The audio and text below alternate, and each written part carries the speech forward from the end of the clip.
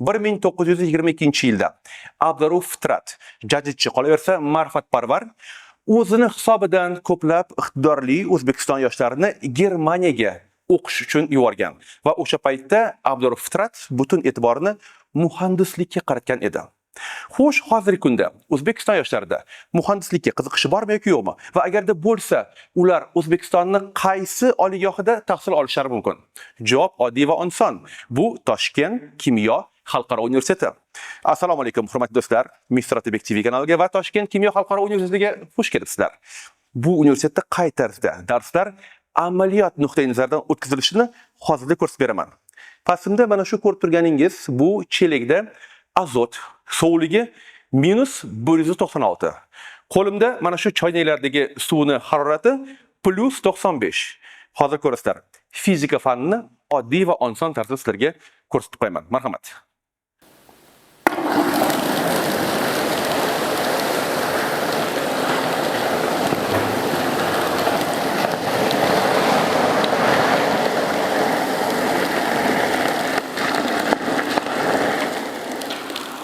Ko'p turganlardek tirik qoldim va muhandislik bo'yicha, qolaversa barcha boshqa yo'nalishlar bo'yicha darslar bu yerda nihoyatda qiziqarli bo'lib o'tadi.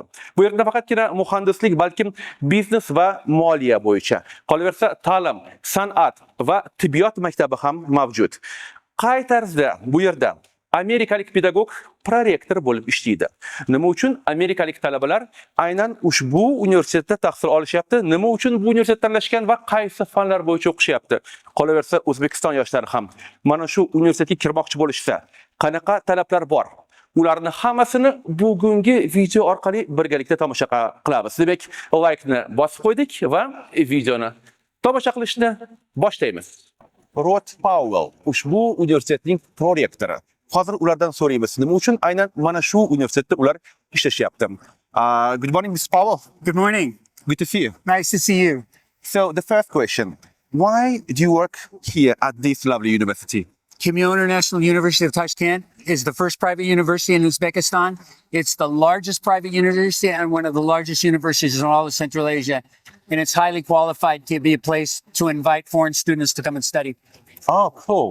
I love Uzbekistan and I love Kimyo. Oh, nice. So, which American universities does this university collaborate with? Yeah, we have close collaborations right now with George Fox University in Oregon.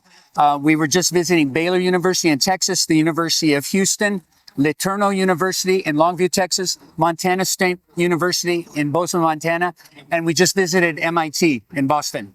MIT. MIT, we've That's got great fantastic. connections. Good. Thank you. Thank you very much. Muhandis D loyihasi bo'yicha maxsus darsliklarni hozir birgalikda tomosha qilamiz. Marhamat.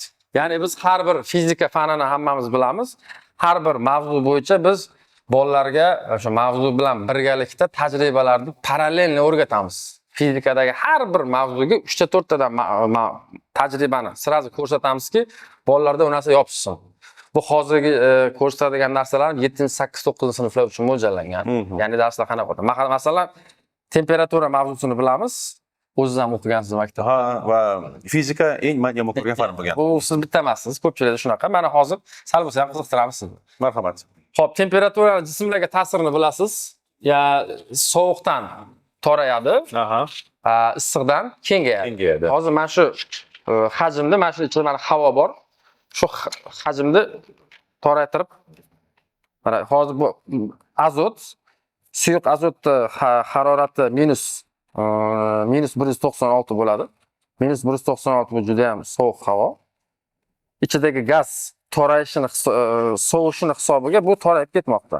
Mana bu ichiga demaydi ishqilib? Yo'q. Ichiga kirdi. Ya'ni mana ko'rsangiz, o'sha hajm tor bo'lib qoldi. Agar buni hozir yana olib tashlasangiz, bu yana hozir isiydi. Isigandan keyin yana o'zini holatiga qaytadi. Qaniydi bizni maktabimizda o'z vaqtida fizika fani mana shunday tarzda o'tilganida, demak men hozir jurnalistika bilan emas, balki fizika bilan shug'ullanayotgan bo'lardim. Chaling. Ovoz qanaqa? Unchalik baland emas. Unchalik. Keling, buni solamiz. Bu qo'rg'oshin. Qo'rg'oshin shunaqa xususiyati borki, yana bitta mavzuga tarqalamiz. Endi bu harorat mavzusi emas, kristallizatsiya degan mavzu bor. Qattiq jismlarda shunaqangi nuqta bo'ladiki, qo'rg'oshinda, kremniydagi farqi yo'q. Shunaqa qattiq metallarda temperatura pasaygandan keyin xossasi keskin o'zgaradi. Hozir mana buni qo'lingizga kiyasizda, men olib bergandan keyin yana xuddi shunaqa chalasiz. Termik muvozanat degan narsa bor. Mana qaynash to'xtadimi, bu degani hozir qo'rg'oshin bilan buni harorati bir xil bo'ldi degani. Ha, bo'larkan degan odam yo'q. Mana buni qo'ng'iroq cholindi desa ham bo'ladi. Bundan oldin deyarli ishmaganmiz. Demak, mana shunga o'xshash tajribalar bu endi hozir bitta mavzuga ko'rdik. Bitta mavzuga. Endi fizikani sal-pal bilsangiz kerak, qancha mavzu bor. Energiya, bu o'quvxona e'tibor bilan qarang mana shu obyektga. Demak, bu yerda mana texnologiyalar ko'rib turibsiz hamma joydan. Kabellar qolaversa, chiplar, lekin eng oxirini qaraydigan bo'lsangiz, qorong'ulik. Ya'ni qanchalik odamzod hozirda ilmiy texnikaviy progressga qolaversa, mana shunday texnologiyalarga qaram bo'lganligi haqida maxsus obyekt. Xo'sh, yana nimalar bu yerda bor? Qanaqa yana eksponatlar bu yerga o'rnatiladi va qay tarzda darslar o'tishini bizga ushbu universitetning o'qituvchilaridan biri Muhammadjon aytib beradi. Demak, asosiy g'oyamiz insoniyat va texnologiyaning o'zaro ta'siri va biz qaysi holatdamiz, qayerga qarab ketyapmiz. Masalan, mana bu piramidaga qarashingiz mumkin. Bu yerga agar ichkariroqdan qaraydigan bo'lsangiz, cheksizlik ketadi. Shunday. Cheksizlik. Ya'ni bu yerda biz hozir cheklanmaganmiz insonning tushunchalarini. Chunki shunaqa san'atkorlar kelib bitta eksponat oldida 1 soatlab turgan holatlar bo'ldi. Ya'ni har bir odam o'zicha tushunadi.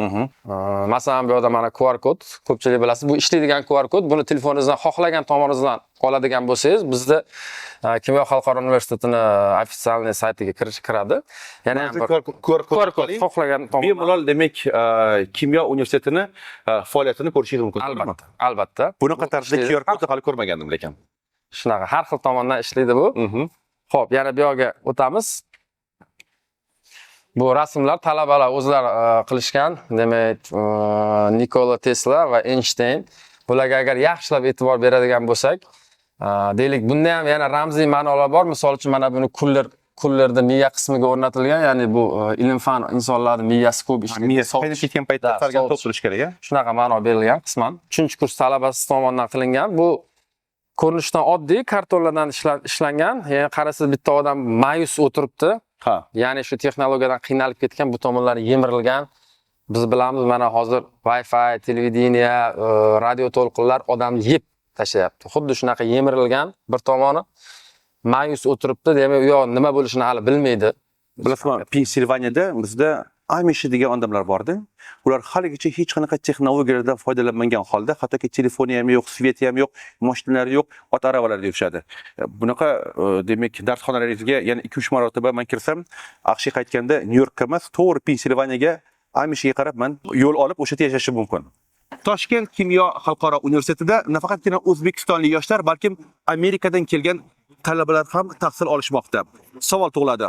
Amerikani qaysi shtatlardan ular tashrif buyurishgan, nima uchun aynan mana shu universitet tanlashgan va qanaqa fanlarni ular bu yerda o'zlashtirishyapti? Bu savollarni hozirda ularga beramiz. Hello ladies. Hi, how are you? Doing well today. How are you? So, I'm well. So, where are you from originally? I'm from Aloha, Oregon. Oh, nice. I'm from Texas, Tejas. Oh, cool. Boys. Nice, yes. So, why did you choose exactly this university? Well, I wanted to come to a country where they speak Russian every day to practice, and this is one of the greatest universities in Tashkent. And what about Uzbek language? Uzbek language after Russian. Okay. And what about you? I mean, same answers for me, and I've dreamed of living in another country for many years. So to be here feels like a dream come true. So I would like to give you some moral suggest. Russian language is the most difficult language in the world. Good luck. Thank you. Thank you. What about you? Where are you from and why did you choose this university? I'm from Beaverton, Oregon, and I choose this opportunity because I was presented with the opportunity to coach. And, yeah. So, and what do you study here? I study Russian language here. Cool. I wish you all the best. Thank you. What about you? I'm from Portland area, in Oregon also, and I'm studying mechanical engineering. And I'm Engineering Yeah, in Uzbekistan. yeah, I'm actually doing a semester study abroad program with my university back in the U.S., George Fox University. I'm studying here for the semester. So, Good luck. Yeah. I'm from Georgia, from Athens, Georgia, and I'm studying here because I love learning about new cultures, and this has given me a really good opportunity to meet people and learn about culture. And I'm studying Russian language as well. Thank you. What about you? Yeah, so I'm from Hillsboro, Oregon, and I mean, I came here to experience life and culture in a part of the world completely foreign to my own. I'm currently studying Russian language here at Kimyo. I'm teaching English and coaching basketball at Vosik School nearby. Thank you. I'm Zach, and I'm from Tigard, Oregon. And I chose to come study Russian at KU because the high level of education and also because of the beautiful culture that's very different from the one that I grew up in. So it's really exciting. Thank you. So I know very well that the studying process is a very difficult one. Yes, Russian language, mechanical, yes, but we have to be optimistic. Yes, because even though it's a very difficult and hard process, we have to be a very optimistic person. Mark Twain once said that pessimist people invented ko'rib turganinglardek bu yerda amerikalik talabalar nafaqatgina rus tilini, ba'zi birlari muhandislikda ham o'rganishyapti. Demak, shunchalik muhandislik yo'nalishini kelajagi porloq. Endi esa navbat tibbiyot yo'nalishiga. Mening yonimda aynan mana shu yo'nalish bo'yicha ushbu universitetning dekani Jobir aka Ahmedov. Assalomu alaykum. Assalomu alaykum. Xush kelibsiz bizning klinikaga. Va alaykum assalom. Xushvaqt bo'ling. Nimani biz yoshlarimiz bilish kerakki, ushbu klinika haqida, qolaversa tibbiyot yo'nalishi haqida. Tibbiyot yo'nalishida nazariy ta'lim bilan birgalikda amaliy ta'lim ham bo'lishi kerak. Nazariyada olgan barcha bilimlarni mana shunaqa ajoyib zamonaviy klinikamizda amaliyotga tatbiq qilishni o'rganishadi. Chunki tibbiy ta'limda klinikasiz, shifoxonasiz, kasalxonasiz o'qitishning imkoni yo'q. Jahon tajribasi. Hozir biz universitetimizda tibbiyot yo'nalishi uchun demak yaratilgan barcha sharoitlarni sizlarga ko'rsatamiz. Bizning auditoriyalarimiz, bizning texnik imkoniyatlarimiz, moddiy texnik bazamiz barchasi bilan tanishtirib chiqamiz. Unda boshladik. Nyu-Yorkda opera Fantomga hamisha borish yaxshi ko'rardim. Adashmasam bu Fantom zali. Xuddi shunday. Bu stomatologiya yo'nalishini o'qitish uchun mo'ljallangan Fantom zali. Ya'ni to'g'ridan to'g'ri amaliyotda olgan bilimlarni to'g'ridan to'g'ri bemorlarda birinchi navbatda sinalmaydi, balki avval mana shunday maksimal inson, real insonga yaqinlashtirilgan, maksimal yaqinlashtirilgan fantomlarda ular qo'llarini o'rgatishadi. Mana bunday mikroskoplar orqali mana bu katta ekranlarda uni kattalashtirgan holda ko'rib, detallar bilan mayda-chuyda o'sha mayda eng kichkina detallar bilan ishlashni o'rganishadi. Qo'llarini, ko'zlarini to'liq o'rgatgandan keyin, ana undan keyin ular bemorlarga kirishlari mumkin va bemorlar bilan to'g'ridan to'g'ri ishlashlari mumkin bo'ladi. Demak, mana shuning uchun mo'ljallangan zamonaviy, bu hozir demak 25 ta talabani bir vaqtning o'zida sig'dira oladi. Bemalol mana shu bugungi kunda stomatologiya yo'nalishimizning barcha talabalari bundan foydalanish imkoniyatiga egalar. Yuragi bo'shlar bo'lsa, qaramasin, bu anatomiya xonasi. Bizning anatomiya xonamiz bu tibbiyotning eng fundamental fanlaridan biri bo'lgan anatomiya fanini o'rgatishga mo'ljallangan. Bugungi kunda mana shunaqangi zamonaviy Amerika Qo'shma Shtatlarida ishlab chiqarilgan anatomiya stolidan foydalanamiz. Bunaqa stollarimiz nafaqat bizning Toshkentdagi, balki viloyatlardagi filiallarimizga ham o'rnatilgan. Bu stol yordamida bemalol o'sha inson tanasini hamma tomondan o'rganish mumkin. Tizimlar bo'yicha o'rganish mumkin. Mushaklar tizimi deysizmi, ichki organlar tizimi deysizmi? Bularning eng qiziq tomoni hozirgi kundagi Rossiyada ishlab chiqariladigan analoglardan farqli tomoni bu haqiqiy murda preparati asosida tayyorlangan. Ya'ni bu chizilgan yoki qanaqadir kompyuter grafikasi yordamida yaratilgan emas, balki haqiqatan o'z tanalarini keyinchalik o'sha insonlarning foydalanishi uchun vasiyat qilgan insonlarning murdalarini kesmalari asosida tayyorlangan va real odam organizmiga real yaqin, maksimal yaqinlashtirilgan. Va mana shu fantomlarda o'rgangandan keyin ular bemorlarda yoki operatsiya jarayonida qon tomirlarini, mushaklarni, nervlarni bir-biridan osongina ajratishni o'rganishadi. O'tgan yili Nyu-Yorkda dunyo bo'yicha yagona odamlar suyagi savdosi bilan shug'ullanadigan do'konga borganimda, so'ragandim o'sha do'kon egasidan, kim sani patsientlaring? O'sha paytda so'ragandim, kim sani klientlaring? O'sha paytda u javob bergandi. Birinchi o'rinda politsiya xodimi, qolaversa ikkinchisi bu tibbiyot muassasalari. Albatta. Chunki talabalar qanchalik ko'p odamlarning suyaklarini o'rganishsa, shunchalik ular demak yaxshi mutaxassis bo'lishi mumkin. Chunki bitta odamning skeleti ikkinchisiniki umuman o'xshamas ekan. Shuning uchun aynan shunaqangi deyarli tirik murda orqali demak anatomiyani o'rganish menimcha bu bo'lajak mutaxassislarimiz uchun yaxshi bir amaliyot. Yaxshi amaliyot. Bu yerda talabalar o'tiribdi. Bitta bildim, bular O'zbekistonlik emas. Ha, bizda nafaqat o'zimizning mahalliy talabalarimiz, balki xorijdan kelib tahsil olayotgan talabalarimiz ham bor. Mana hozir ularning bir qismi bu yerda amaliyot jarayoni bilan shug'ullanishmoqda. Bular bizga Hindiston davlatidan kelgan talabalarimiz hozir mana amaliyot jarayonida to'g'ridan to'g'ri demak ingliz tilida tahsil olishadi bu yer. Va bemalol o'zlarini yurtlarida o'qiyotgandek his qilishadi o'zligini. Assalomu alaykum and good afternoon. So, where are you from? I'm from Karnataka, from India. Okay. Well, why do you study here, not in India? Because? Because it's a good infrastructure this college is providing, so I choose this university. Oh, good. I'm studying MBBS. Mm-hmm. Here, the study is very good and infrastructure is good, and the teachers giving us so many knowledge. Mm-hmm. Yeah. Thank you very much. You are from the motherland of Mahatma Gandhi. You have to be the best. Yeah. So, and what about you? I'm from India, Tamil Nadu. I chose this university because of these studies. It is good. It's teaching very good and infrastructure is good. It's one of the best college in Uzbekistan, Tashkent. I choose this college. Is very good teachers teaching very more, and infrastructure is very good, and its teaching process is very softly teach. Any doubt asking clearly told, so no problem. Okay. Thank you. And what about you, young lady? Good afternoon, Good sir. afternoon. I'm Akalya from India, Tamil Nadu. It's a wonderful experience studying here. I'm studying first course right now. Every teachers are very great here. They teach us very good very good English, and they never skip any syllabus. We are covering up everything here soon. Thank you. I wish you all the best. And so, okay, if you don't know Zinat Aman, that's okay. At least, do you know Dimple Kapadia? No, okay, no problem. At least, do you know Mithun Chakraborty? Yeah. Oh, thank God. Shah Rukh Khan? Yes, sir. Oh, good. I wish you all the best. Thank you. Good luck. Bu yerda nafaqatgina Hindistonlik talabalar, balkim Hindistonlik o'qituvchilar ham bor. Hello, sir. Hello, how are you doing? I'm well, and what about you? I'm good, I'm good. Just one question. Would you please tell us about the educational process at this university? Okay, this university we are offering actually a bachelor's program in medicine. It is 6 years duration, like we cover all the subjects including the basics. So we start from say biology, chemistry, anatomy, physiology, then we go on, all the subjects, like I think we have around 50 subjects, I think. Thank you. In a duration of 5 years, 6 years actually.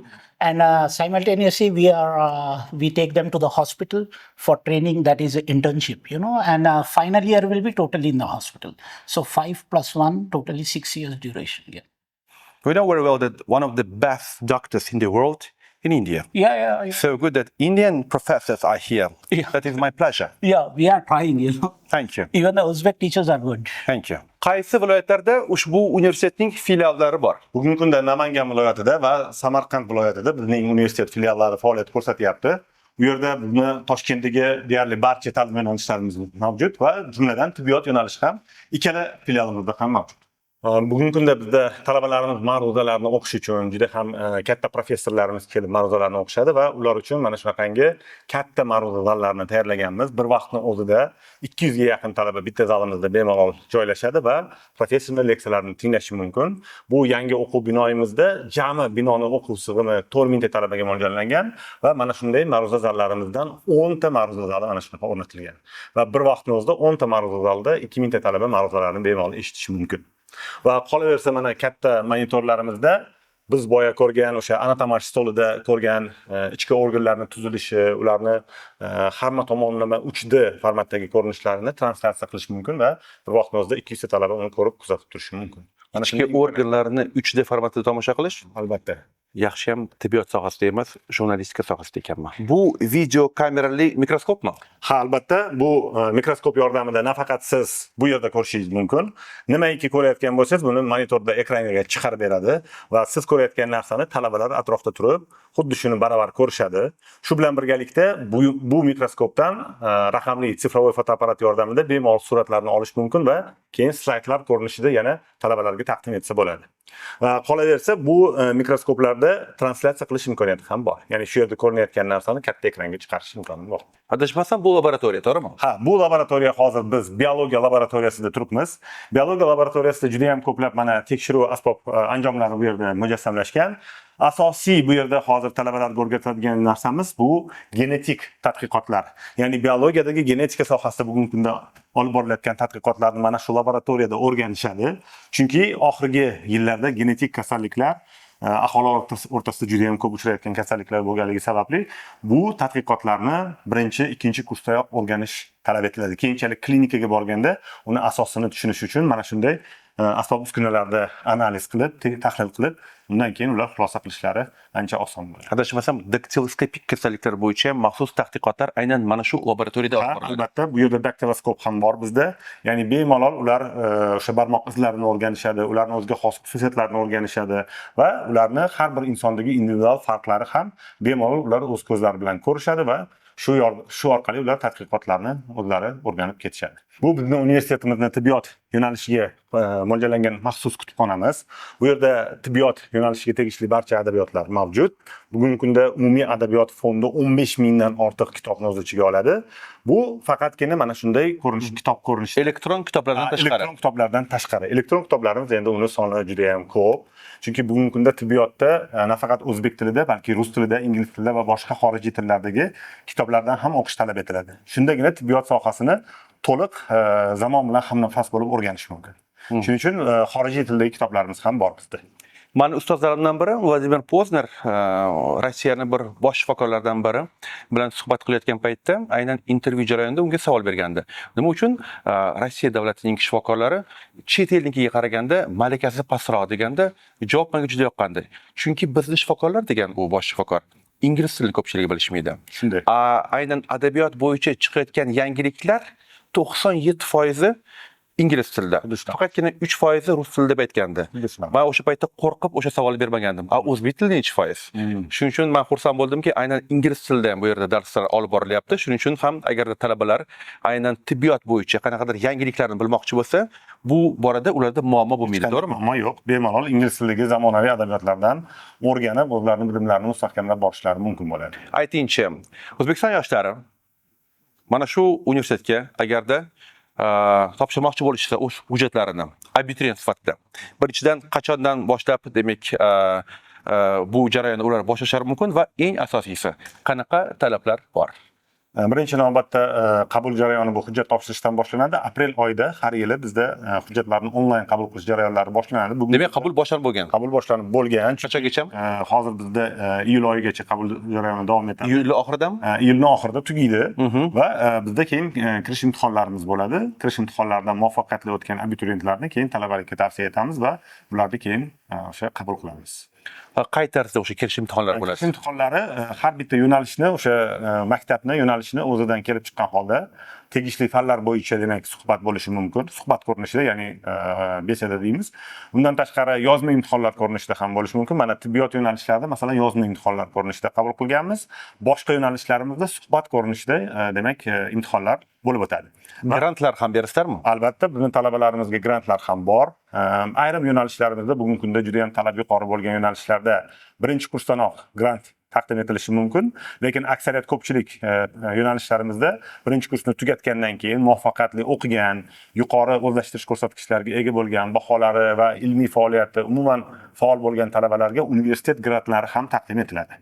Va ular mana shu 1 yil yoki bo'lmasam yana bir necha yil davomida grantda o'qishni davom ettirishlari mumkin bo'ladi. Bu oliygohning kutubxonasi haqiqatan ham zo'r ekan. Juda ham yaxshi kitoblar bor ekan. Masalan, hali kitobimni eng birinchi nashri shu yerda bor ekan. Marhamat. Qolaversa, kitob o'qilmaganini qayoqda bilib olsa bo'ladi. Mana qaranglar. Zo'rg'a turibdi bechara kitob. Nechta odam demak yaxshi niyatlar bilan bu kitobni o'qigan. Juda xursand bo'ldim. Hurmatli O'zbekiston yoshlari, bugun biz sizlarga qisqa tarzda Toshkent Kimyo xalqaro universitetini faoliyatini ko'rsatib berdik. Agarda sizda ushbu universitetga qiziqish uyg'ongan bo'lsa, ayniqsa muhandislik bo'yicha, qolaversa tibbiyot yo'nalishi bo'yicha va bilasizlar bu yerda bundan oldin aytib o'tganimdek, aynan biznes qolaversa san'at yo'nalishi bo'yicha maxsus yo'nalishlar bor. Mana shu yo'nalishlar bo'yicha sizlarda qiziqish uyg'ongan bo'lsa, demak o'z vaqtida rock and roll qiroli Elvis Presley aytganlaridek now or never, ya'ni hozir yoki hech qachon. Harakatinglarni hozirdan boshlanglar. Kerakli ma'lumotlarni ushbu videoning tagida men yozib qoldiraman va siz ham ushbu universitetga talaba bo'lishga harakat qilib ko'rishingiz mumkin. Bu degani Mr. Otabek TV kanalida va Toshkent kimyo xalqaro universitetida ko'rishguncha